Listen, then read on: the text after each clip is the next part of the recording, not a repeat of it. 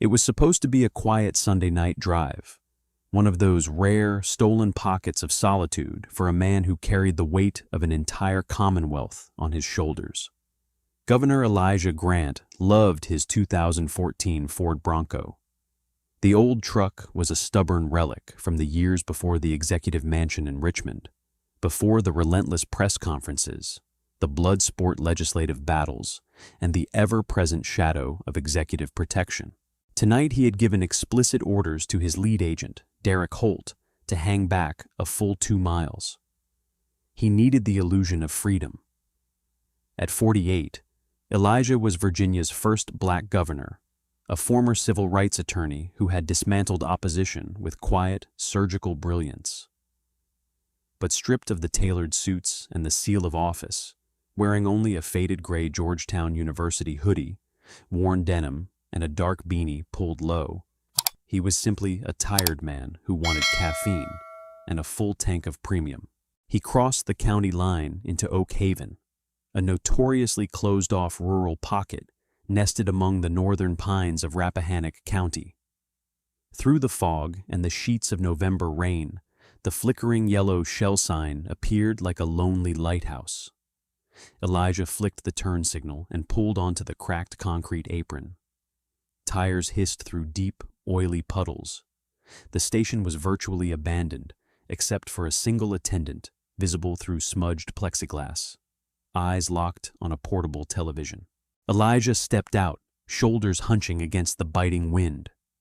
He swiped his personal card, lifted the heavy nozzle, and began to fuel.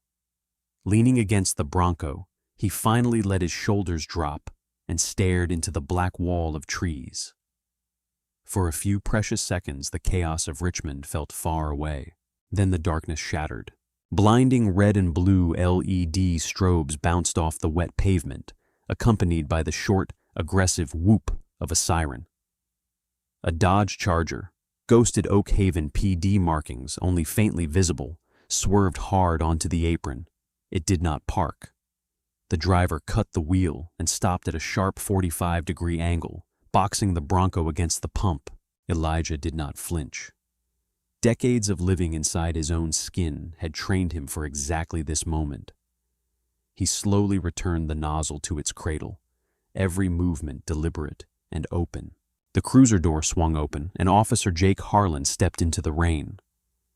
Broad-shouldered, late 30s, uniform stretched too tight across his chest, he wore his authority like a loaded weapon.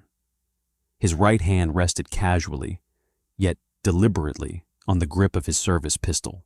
"Step away from the vehicle and keep your hands where I can see them." Harlan's voice cracked like a whip under the metal canopy. "Evening, officer," Elijah answered, the same steady baritone he used to quiet hostile chambers of the General Assembly. He took one step back, hands rising to chest level, palms open. "Is there a problem? I'll ask the questions." Harlan closed the distance. Rain dripped from the brim of his campaign hat. His eyes raked Elijah from head to toe, the hoodie, the jeans, the older truck, and his mouth curled into a sneer of instant dismissal. "What are you doing in Oak Haven?" "Just passing through, heading south to Richmond. Needed gas." "Passing through?" Harlan repeated, skepticism dripping from every syllable. "In a truck registered to a shell company?" Elijah exhaled slowly. The Bronco was held in a blind trust for security reasons, standard protocol for the executive. "It's a private trust, officer. Registration and insurance are in the glove compartment." "Don't move toward the car." Harlan unsnapped the retention strap on his holster. The leather crack was unmistakable. "We've had a string of burglaries in the affluent neighborhoods across the ridge. A lot of folks matching your exact description prowling around at night." Elijah's jaw tightened. The coded language was as loud as the siren. "Officer, I assure you, I have no interest in anyone's property. If you'll allow me to retrieve my wallet from the center console, we can clear this up in 10 seconds. I told you not to move." Harlan stepped into his personal space. The smell of stale coffee and peppermint gum washed over him. "Turn around. Put your hands flat on the hood of the truck." Elijah hesitated a fraction of a second. The governor of the Commonwealth of Virginia, the man who commanded a multi-billion-dollar budget and the National Guard, was standing in freezing rain being ordered to assume the position by a rogue patrolman. "Officer Harlan," he began, reading the silver name tag. "Turn around or I will put you on the concrete right now," Harlan yelled, drawing his taser. Twin red laser dots painted the center of Elijah's chest. Inside the station, Attendant Hank Reeves finally looked up. His eyes went wide with alarm. A phone was already clutched in his trembling hand. Elijah raised his hands higher. "I am complying." He pivoted slowly, palms flat against the freezing wet metal of the Bronco. "But I need to state for the record, Officer Harlan, that you are making a catastrophic error in judgment." "Shut your mouth." The heavy shove against his shoulder blades drove him harder into the truck. Cold metal pressed against his cheek. Harlan's boots kicked his legs wider. "You people always have a smart answer," Harlan muttered under his breath, a venomous whisper meant only for Elijah. "Think you can just roll through my town in the middle of the night looking for an easy score?" "I am not looking for a score," Elijah said, voice remarkably steady despite the adrenaline. "If you would simply run my plates through the state database, you will see a flagged executive hold. Dispatch will tell you exactly who I am. I know exactly what you are." Cold steel bit into Elijah's left wrist. The ratcheting sound of metal teeth locking into place seemed deafening. Harlan wrenched the arm violently behind his back, forcing a sharp breath from the governor's lungs. A moment later, the right wrist was secured. The cuffs were punishingly tight, pinching nerves, sending sharp spikes of pain shooting up both forearms. "Listen to me very carefully," Elijah said, turning his head just enough to look at the officer over his shoulder. The time for humility had passed. "My name is Elijah Grant. I am the governor of the Commonwealth of Virginia. You are unlawfully detaining the chief executive. When I make one phone call, this night is going to end your career." Harlan stopped his pat-down for half a second. Then he let out a sharp, mocking laugh that carried over the rain. "The governor? Oh, that's rich. That is the best one I've heard all year. The governor is sitting in a mansion right now, buddy, not pumping his own gas in a hoodie at 2 o'clock in the morning in Oak Haven." "Call it in," Elijah challenged, eyes burning with a sudden, intense authority that made Harlan subconsciously take half a step back. "Call in the plate, or better yet, check my left jacket pocket. There is a state-issued identification card." Harlan scowled. Pride stung. "I'll check your pockets when I decide to check your pockets." He grabbed the collar of the hoodie and jerked Elijah backward. Elijah stumbled, boots splashing in the puddle, but he quickly regained his balance. Harlan marched him to the Charger and shoved his head down roughly to force him into the back seat. The door slammed shut, sealing him inside the claustrophobic hard plastic cage that smelled of sweat and industrial cleaner. Outside, Harlan walked back to the Bronco, maglite sweeping the interior. Finding nothing in plain sight, he returned and opened the rear door again. Water dripped from his hat onto Elijah's lap. "All right, Governor," he mocked, heavily emphasizing the title. He reached into the pockets, aggressively patting him down. From the right pocket of the jeans, he pulled a heavy matte black smartphone. No logo. Thick, rubberized casing. Custom-built, heavily encrypted, issued exclusively to top-tier state officials by the Department of Homeland Security. Harlan frowned at the device. "What kind of burner phone is this?" "It is an encrypted state communications device," Elijah replied, leaning back against the hard plastic, refusing to break eye contact. "It requires biometric authentication. But if you press the emergency button on the side, it connects directly to the State Police Command Center. You're a real piece of work." Harlan tossed the phone onto the front passenger seat and keyed his shoulder mic. "Dispatch, this is Unit 4. I have a 1015 in custody at the Shell Station on Route 9. Male subject, combative, delusional. Claims to be the governor." A burst of static. A bored female voice answered. Copy that, Unit 4. Need transport? Negative. I'll bring him in. Run a plate for me. He read off the Bronco's plate. Elijah sat in the darkness, the cuffs digging deeper into his wrists. He focused on his breathing. He was not scared. He was furious. Furious for the countless young men who did not have the protective shield of an executive title to save them from men like Jake Harlan. Furious that this was happening in the Commonwealth he governed. Suddenly, a loud, jarring ringtone pierced the interior of the cruiser. It was not coming from Harlan's radio. It was coming from the heavy black phone on the front seat. The screen glowed a bright, aggressive red. The caller ID showed no name, only bold white block letters. Command 0, urgent. Harlan hesitated. Then, smirking, thinking he was about to catch an accomplice, he reached over and swiped to answer. He put it on speaker and held it up so Elijah could hear. Let's see which one of your thug buddies is calling. Before Harlan could say another word, a voice erupted from the phone. Sharp, clipped, completely devoid of emotion. It was Derek Holt, commander of the governor's executive protection detail. Eagle 1, this is Vanguard.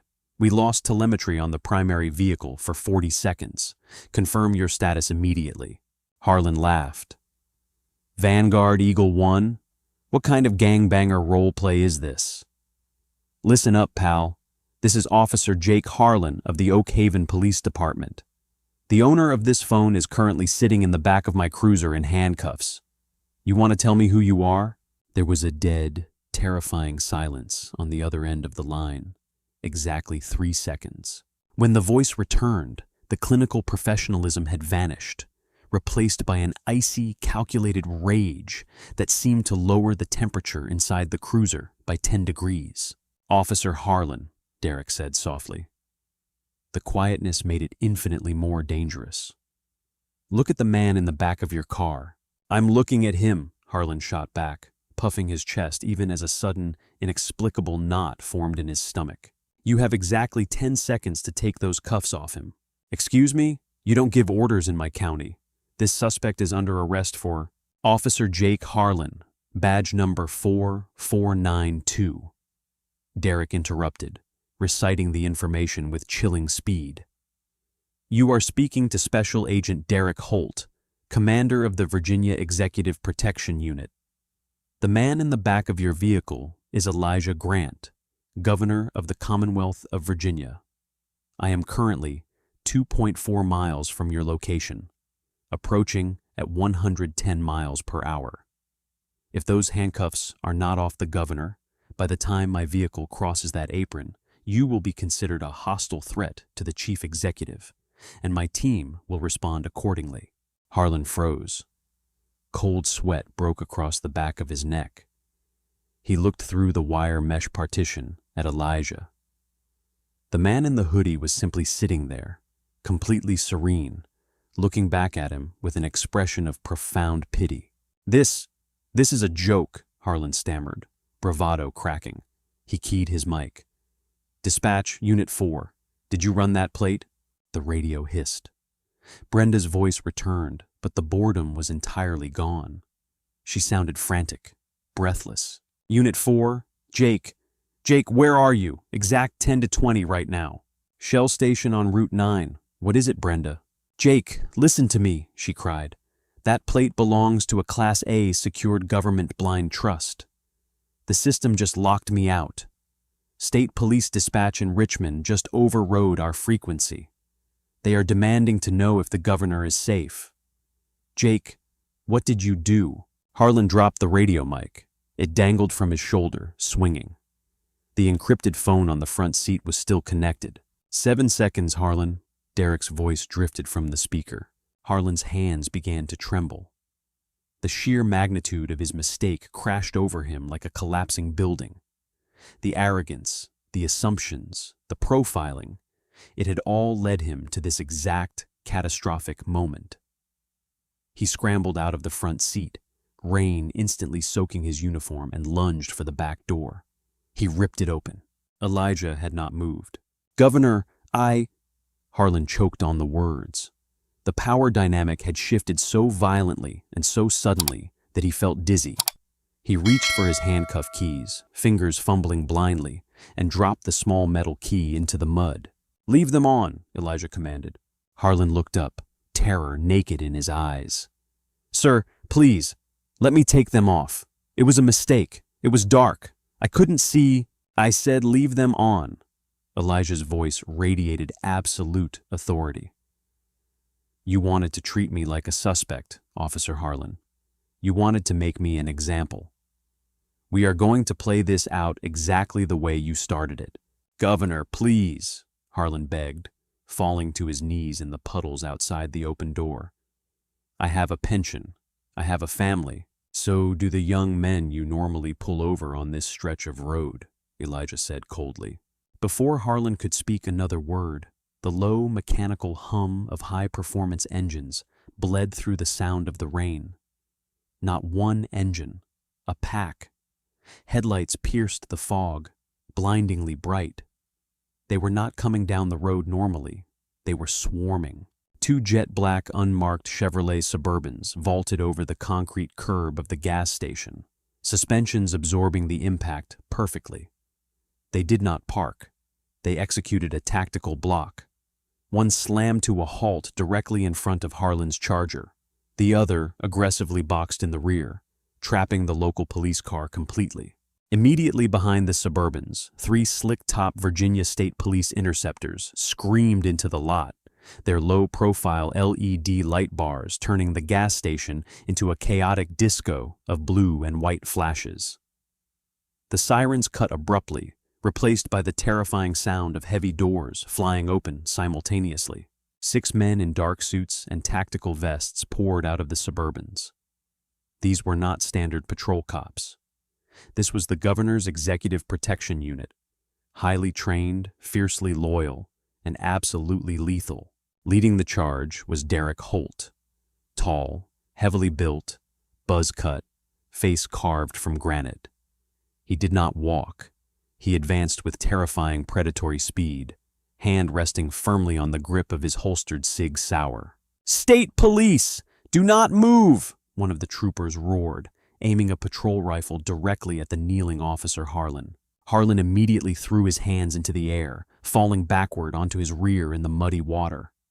"I'm a cop! I'm local PD!" he screamed, voice cracking with sheer panic. Derek ignored him entirely. He closed the distance to the cruiser in 3 massive strides and shoved Harlan out of the way with a violent kick to the shoulder. Harlan sprawled into the dirt. Derek ripped the back door open wider and peered inside. When he saw Elijah sitting there with his hands cuffed behind his back, a muscle in Derek's jaw ticked visibly. "Governor?" Derek's voice was tight. "Are you injured, sir?" "I'm fine, Derek. Just a bit cramped." Derek spun around, eyes locking onto Harlan, who was trying to push himself up from the mud while 3 state troopers surrounded him with hands on their weapons. "Get him up," Derek snarled. "Disarm him. Take his badge. Strip his comms." "You can't do this," Harlan protested weakly as 2 massive troopers hauled him to his feet. One expertly snatched his service weapon from its holster. The other ripped the radio mic from his shoulder and violently unpinned the silver shield from his chest. "You don't have jurisdiction over a puddle in this Commonwealth anymore, Harlan," Derek said, voice dropping to a terrifying register. He turned back to Elijah and produced his own set of handcuff keys. "Allow me, sir." "No, Derek." Elijah shifted his body and stepped out of the cruiser. He stood up in the rain, the cuffs still tightly binding his wrists behind his back. The flashing blue lights illuminated his stern, unyielding face. He looked out at the scene, the terrified attendant in the window, the neutralized local cop, the ring of elite state law enforcement, then walked slowly toward where Harlan was being held by the 2 troopers. Harlan could not look him in the eye. He stared at the ground, shivering uncontrollably. "Officer Harlan," Elijah said, his voice cutting through the rain. "I want you to take a good look at me." Harlan slowly raised his head, looking like a beaten dog. "You put these cuffs on me because of what you thought you saw," Elijah said quietly, so only Harlan and Derek could hear. You saw a hoodie. You saw a black man. You saw a target you thought had no voice. You thought you were the apex predator on this dark stretch of highway. Elijah stepped closer. I am leaving these cuffs on for the ride back to Richmond. Tomorrow morning I am calling a joint session of the General Assembly. I am walking up to the podium in these exact clothes, wearing these exact cuffs. I am going to show the entire world exactly what happens on the back roads of this Commonwealth when the cameras are off. Harlan squeezed his eyes shut as a sob caught in his throat. His life, his career, his reputation, everything was disintegrating before his eyes. Take him away, Elijah said to the troopers, turning his back on the broken officer. Call the Attorney General. Tell him I want federal civil rights charges drafted before sunrise. The motorcade tore down Interstate 95 like a guided missile, a synchronized convoy of black steel and flashing blue strobes cutting through the relentless November downpour. Inside the lead Suburban, the atmosphere was thick with pressurized silence. Governor Elijah Grant sat in the spacious rear cabin. True to his word, his hands remained securely fastened behind his back in Officer Jake Harlan's steel handcuffs. The metal had long since grown warm against his skin, but the sharp edges bit mercilessly into his swollen wrists with every bump in the road. His shoulders ached with a dull, throbbing fire, but his face betrayed nothing. He stared out the tinted window at the blurring tree line, his mind operating at a terrifying, singular velocity. In the front passenger seat, Agent Derek Holt was simultaneously managing 3 different encrypted communication channels. He spoke in hushed, rapid-fire bursts to the state police superintendent, the Highway Patrol Command, and his own tactical units still securing the scene at the Oak Haven gas station. Agent Holt, Elijah said. His voice was quiet, but it instantly cut through the low static of the radios. Derek turned around in his seat, eyes drawn immediately to the unnatural, strained posture of the governor's arms. Sir, the medical team is standing by at the mansion. We are 35 minutes out. Put Claire on the secure line. Speaker. Derek tapped a sequence into the console monitor. 2 rings echoed through the SUV's premium sound system before the connection clicked open. Elijah. Claire Foster's voice filled the cabin. As the governor's chief of staff, she was a legendary political operator, fiercely intelligent, uncompromising, the woman who had navigated him through the ugliest campaigns in Virginia history. Even at 3:17 a.m., she sounded entirely alert, though the razor-thin edge of panic was barely concealed in her tone. Derek just gave me the sit rep. Are you hurt? Tell me you are not hurt. I have bruised wrists and a wounded sense of municipal hospitality, Claire. I'm fine, but we are about to start a war, and I need you to draft the battle plans. The Attorney General is already on his way to my office, she said, the sound of furious typing echoing in the background. Preston is furious. He's pulling every civil rights statute on the books.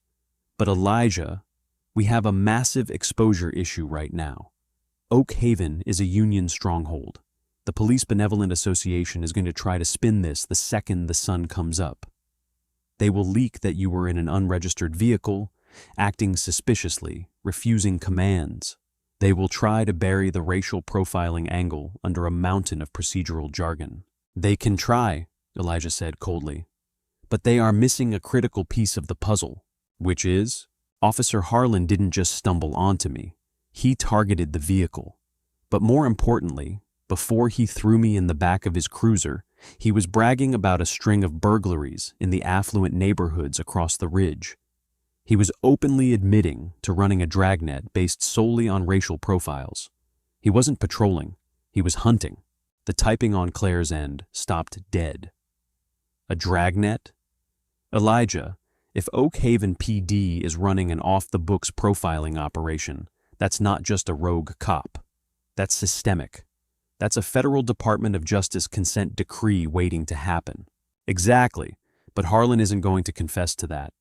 And by tomorrow morning, the Oak Haven police chief will have scrubbed every server in his precinct to protect his department. Derek suddenly interjected. voice tight. The dash cam. Harlan's cruiser is equipped with an Axon Fleet 3 system. It constantly buffers audio and video. It captured the entire encounter. Who holds the data, Derek? It uploads via cellular to a local cloud server managed by the Oak Haven municipality. But the hard drive in the cruiser retains a physical backup. "Where is the cruiser?" Claire demanded through the speaker. "My men are impounding it now. We are loading it onto a flatbed, but the cloud data, Oak Haven PD command, has remote administrative access. They can hit a kill switch and wipe the footage before we can subpoena it." Elijah's eyes snapped open. They can't wipe what they can't access. "Claire, I want an emergency injunction from the Virginia Supreme Court freezing all digital assets of the Oak Haven Police Department. But we don't have time to wait for a judge to wake up." "What are you suggesting?" Claire asked cautiously. "Derek, where is the Oak Haven Police Headquarters?" 10 miles west of the gas station, sir." "Send the state police tactical team," Elijah ordered, his voice dropping into a register of pure executive authority. "Not to ask politely, execute a physical seizure of their dispatch center and server rooms. Establish an absolute perimeter. Nobody enters, nobody leaves, and nobody touches a keyboard until the Attorney General arrives with the warrants." Derek did not hesitate. He did not question the legality or the unprecedented nature of state troopers raiding a local police station. He served the governor. "Consider it done, sir." In the sleepy, heavily wooded center of Oak Haven, the local police headquarters occupied a squat, brutalist concrete building next to the municipal courthouse. Inside, Chief Bill Ramsey was violently jolted awake by the shrill ring of the red landline on his desk. Ramsey was a heavy-set man nearing retirement, a veteran of a bygone era of policing who ran his town like a personal fiefdom. He snatched the receiver off the cradle, rubbing his bleary eyes. "Ramsey, Chief, it's Brenda in dispatch." Her voice trembled so violently he could barely understand her. "You need to get down here right now. It's Jake Harlan. He pulled someone over at the Shell station." "Brenda, it's 3 a.m, Ramsey growled. "If Harlan bagged another prowler, put him in holding, and I'll deal with it at shift change." "He didn't bag a prowler, Chief," Brenda shrieked, all professionalism collapsing. "He bagged the governor. He put Elijah Grant in handcuffs. The state police just swarmed the station. They took Jake's gun. They stripped his badge." Ramsey dropped the phone. It clattered loudly against the faux wood desk. The blood drained from his face, leaving him a sickening shade of gray. Governor Elijah Grant, the former civil rights attorney who had built his career destroying corrupt police departments, and Harlan had put him in cuffs. Panic, primal and overwhelming, seized Ramsey's chest. He did not think about Harlan. He thought about the servers. He thought about Operation Night Watch, the highly illegal, unwritten directive he had issued to his midnight shift officers. Heavily monitor, stop, and interrogate any minority drivers crossing the county line into Oak Haven's wealthy subdivisions. There were months of dashcam footage, private dispatch logs, and internal messaging confirming the racial quotas. If the state got their hands on that data, Ramsey would not just lose his pension. He would die in a federal penitentiary. He sprinted out of his office, heavy boots thudding against the linoleum. He bypassed the front desk and charged directly into the server room at the back of the precinct. The room was freezing, humming with the sound of cooling fans and blinking green lights. He lunged for the primary terminal, thick fingers frantically hammering his administrative password into the keyboard. The screen flashed to life, displaying the municipal database. He needed to initiate a catastrophic override. He found the Axon video directory and moved his cursor toward the master delete protocol. "Step away from the console, Chief Ramsey." The voice was terrifyingly calm, echoing from the doorway behind him. Ramsey froze, finger hovering a millimeter above the left mouse button. He slowly turned his head. Standing in the doorway was a state police tactical operator in full combat gear. Olive drab fatigues, heavy plate carrier, Kevlar helmet, and an assault rifle resting comfortably in the low ready position. Behind him, Ramsey could see at least half a dozen more state troopers pouring into the precinct, ordering the terrified local night shift officers to back away from their desks and surrender their sidearms. Captain Frank Mercer of the State Police Major Crimes Unit pushed past the tactical operator and stepped into the freezing server room. He was holding a heavy steel breaching tool in one hand and a folded piece of paper in the other. "What the hell is this, Mercer?" Ramsey bellowed, trying to mask his terror with artificial outrage. "You're invading a sovereign municipal precinct. I'll have your badge for this." "You're welcome to try, Bill," Mercer said mildly. "But right now you need to step away from that terminal." "I'm the chief of police," Ramsey roared, pressing his hand against his holstered weapon. "You have no jurisdiction here without a federal warrant." The tactical operator instantly raised his rifle. The laser sight painted a bright red dot directly on the center of Ramsey's chest. "Let's not make this a tragedy, Bill," Mercer said, his voice hardening into steel. "The Attorney General is exactly 20 minutes away with a stack of emergency preservation orders signed by the Chief Justice of the Virginia Supreme Court. But the governor explicitly ordered us to ensure the chain of custody remains unbroken until then. If you touch that mouse, you will be arrested for destruction of state evidence, obstruction of justice, and tampering with a federal civil rights investigation." Ramsey looked at the red dot on his chest, then at the blinking cursor on the screen. The fight drained out of him instantly. He raised his hands and stepped back from the desk. "You don't understand," he whispered, voice cracking. "Harlan's a hothead. It was a mistake." "It's going to be a very expensive mistake," Mercer said. He gestured to two cybercrimes technicians who had just entered the hallway. "Bag the servers. Image every hard drive in this building. Lock down the dispatch logs." Meanwhile, 40 miles south, the governor's motorcade breached the heavy iron gates of the executive mansion in Richmond. The sprawling historic estate was completely illuminated, buzzing with the chaotic energy of a disturbed anthill. News vans were already beginning to gather at the outer perimeter, tipped off by frantic chatter on police scanners. As the Suburban parked under the portico, Claire Foster and Attorney General Preston Vale were waiting on the steps, flanked by the mansion's medical staff. The heavy door opened. Agent Derek Holt stepped out first, followed by Governor Elijah Grant. Claire gasped loudly, covering her mouth with her hand. Despite knowing the situation, seeing the reality of it was a physical shock. The most powerful man in Virginia stepped out into the harsh floodlights, his clothes damp and rumpled, his hands still painfully secured behind his back in shining silver handcuffs. "Elijah," she breathed, rushing forward. "Dr. Lang, stand down," Elijah said calmly to the physician, rushing toward him with a trauma kit. "I do not require medical attention. I require a photographer." Preston Vale, a sharp-featured man with decades of prosecutorial experience, stared at the cuffs, his jaw clenching in fury. "Governor, please, let Holt take those off. You've made your point." "The point hasn't been made yet, Preston." Elijah walked past them into the grand foyer of the mansion. The crystal chandeliers reflected harshly off the metal binding his wrists. "Officer Harlan told me that the governor sits in a mansion and doesn't pump his own gas. He told me that people who look like me are just prowlers looking for a score."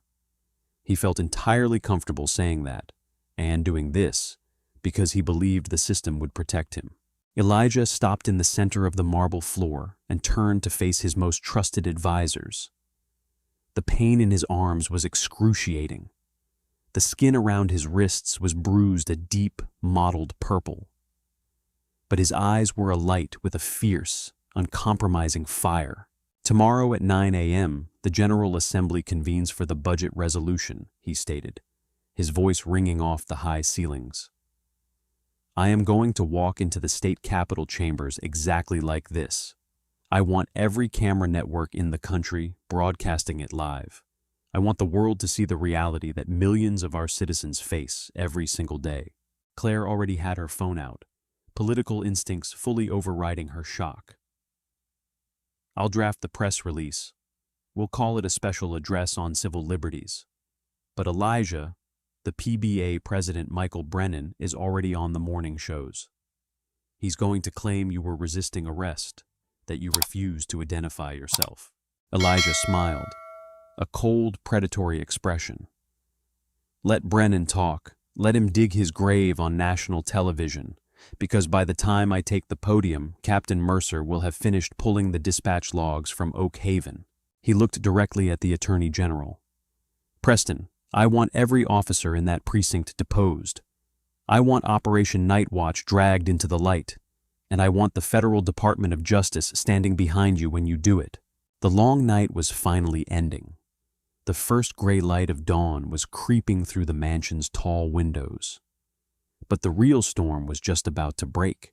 By 7:32 a.m., the story had metastasized from a local precinct rumor into a national media firestorm. Satellite trucks from every major network choked the avenues surrounding the state capitol in Richmond. The morning air was electric with speculation, fueled by strategic, calculated leaks orchestrated by Claire Foster. Inside the green room of a local television affiliate, Michael Brennan, the combative president of the Virginia Police Benevolent Association, adjusted his tie. He was about to go live on national morning television. Brennan had spent the last 3 hours on the phone with terrified Oak Haven officials, piecing together a narrative designed to shield his union. He did not know about the midnight raid on the server room. He thought they still controlled the evidence. "Michael," the anchor's voice fed through the earpiece, broadcasting to millions of viewers. "We're getting unprecedented reports that the governor was handcuffed last night by a local officer. What is the PBA's official stance?" Brennan leaned into the camera, projecting a rehearsed aura of calm authority. "What we have here is a classic misunderstanding blown out of proportion by executive privilege. Officer Harlan was patrolling a high-crime area. He encountered an individual in heavily concealed clothing, operating an unregistered vehicle, who immediately became combative and refused lawful orders to identify himself. The officer acted strictly by the book to secure a volatile scene. Nobody is above the law, not even the governor." Across the city, inside his private holding room, directly behind the House of Delegates rostrum, Governor Elijah Grant watched the broadcast on a muted flat screen. He was still wearing the mud-spattered, rain-soaked Georgetown hoodie, and his hands were still locked behind his back. He had worn the steel cuffs for over 7 hours now. The pain had moved past a sharp ache into a deep, sickening numbness that radiated up to his shoulders. His wrists were heavily bruised. The skin was chafed raw, bleeding slightly where the metal teeth had bitten into the flesh. "Brennan just dug his grave," Claire said, pacing the room, phone pressed to her ear. "Captain Mercer just forwarded the decrypted Night Watch files to the Attorney General. It's worse than we thought. They were systematically flagging minority drivers and running civil asset forfeiture scams to fund precinct equipment." "Are the screens ready in the chamber?" Elijah asked quietly. "Yes, sir. A V is tied directly to our secure server. The joint session is seated. The press gallery is packed over capacity. They are waiting for you." Elijah took a deep breath, the pain in his shoulders flaring. "Let's go."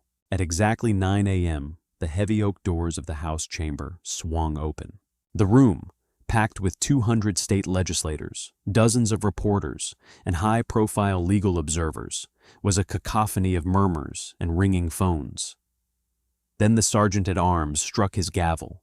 "Mr. Speaker, the Governor of the Commonwealth of Virginia." The chamber erupted into polite applause, expecting Elijah Grant to walk out in his signature-tailored suit, perhaps a bit visibly angry, ready to deliver a stern political rebuke. Instead, absolute deathly silence crashed over the room. Elijah Grant walked down the center aisle. He was not flanked by his usual smiling political aides. He was flanked by 4 massive, heavily armed state troopers, led by Agent Derek Holt. The governor's clothes were dirty.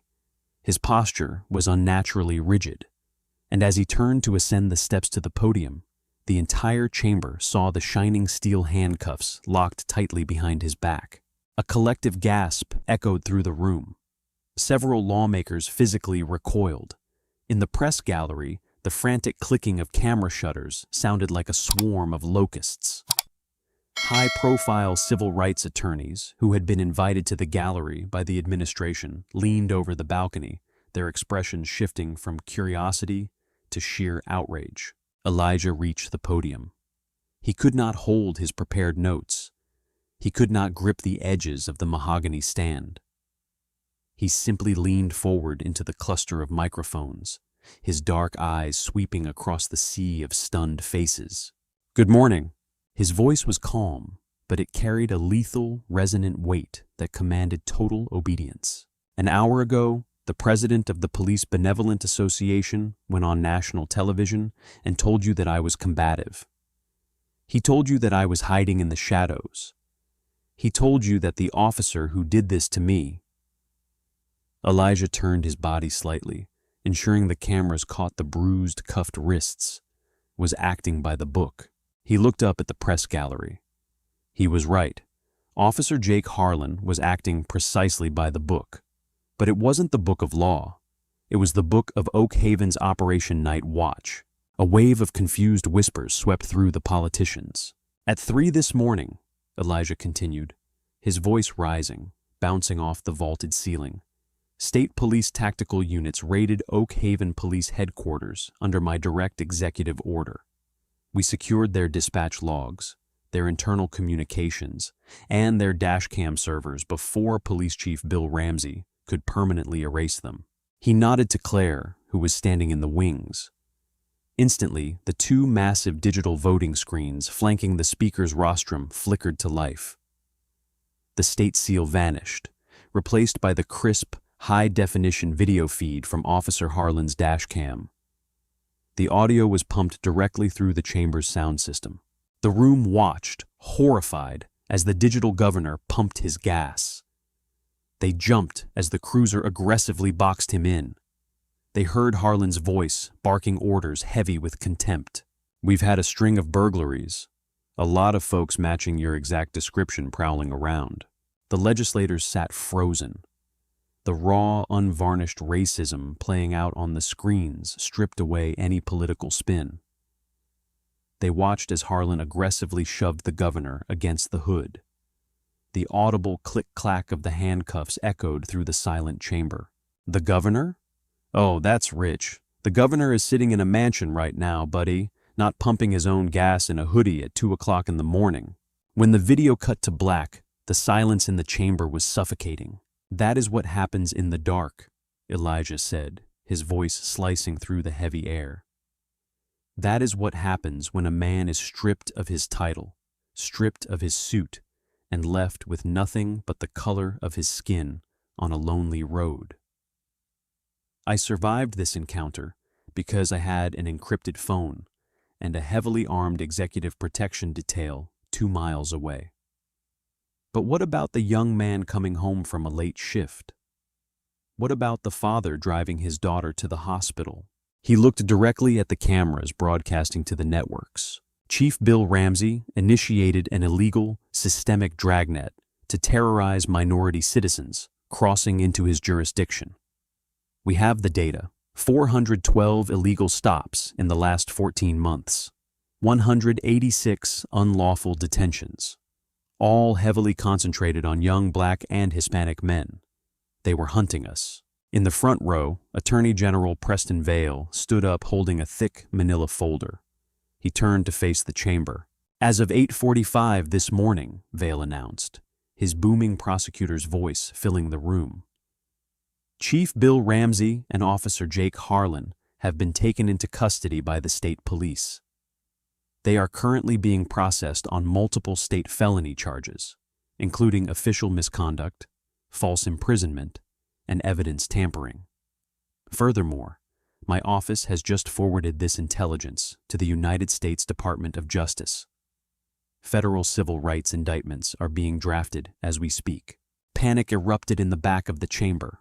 A lobbyist for the PBA was seen furiously texting, face pale, sprinting for the exit. The narrative was dead. The union was paralyzed. "I didn't leave these handcuffs on for theater," Elijah said, drawing the room's attention back to the podium. "I left them on because I needed you to feel the absolute indignity, the physical and moral violation, that occurs every single day in this commonwealth when power operates without accountability. You cannot look away from this. You cannot spin this. You are looking at the reality of the broken system we have allowed to fester." He took a steadying breath, his face tightening in pain as the metal ground against bone.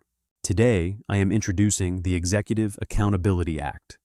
It will mandate independent civilian oversight boards with subpoena power for every municipality in this Commonwealth. It will strip qualified immunity from any officer found guilty of deliberate racial profiling, and it will decertify corrupt departments outright, and we are not leaving this legislative session until it is signed into law." The chamber erupted. It was not polite applause this time. It was a thunderous bipartisan standing ovation. Even the fiercest conservative critics of the governor stood up, overwhelmed by the sheer, undeniable reality of the evidence and the raw power of the moment.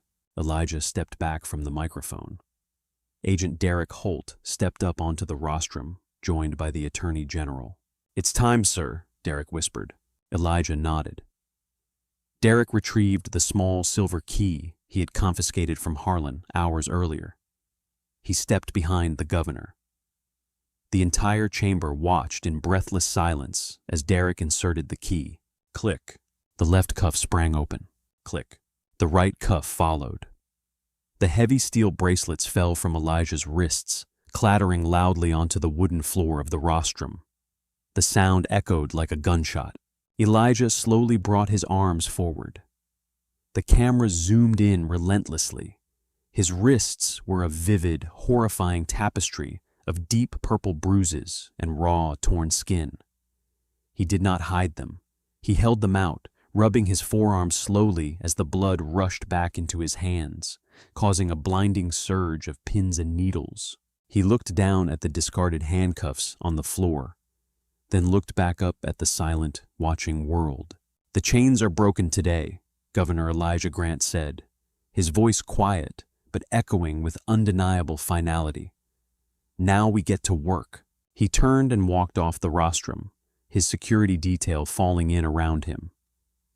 He left the bloody, mud-stained handcuffs lying on the mahogany floor of the state capitol, a permanent physical reminder to every person in that room that true justice only comes when those in power are forced to feel the weight of the chains. True power is not about avoiding the harsh realities of the world. It is about having the courage to wear the chains of the oppressed in order to force a broken system into the light. Governor Elijah Grant risked his dignity, his safety, and his body to expose a corrupt department that thrived in the darkness, proving that no badge is a shield against absolute truth. If this story of justice, resilience, and ultimate reckoning made your heart race, share it.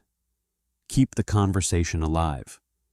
Because when truth is forced into the open, it is always more powerful than the lies that try to bury it.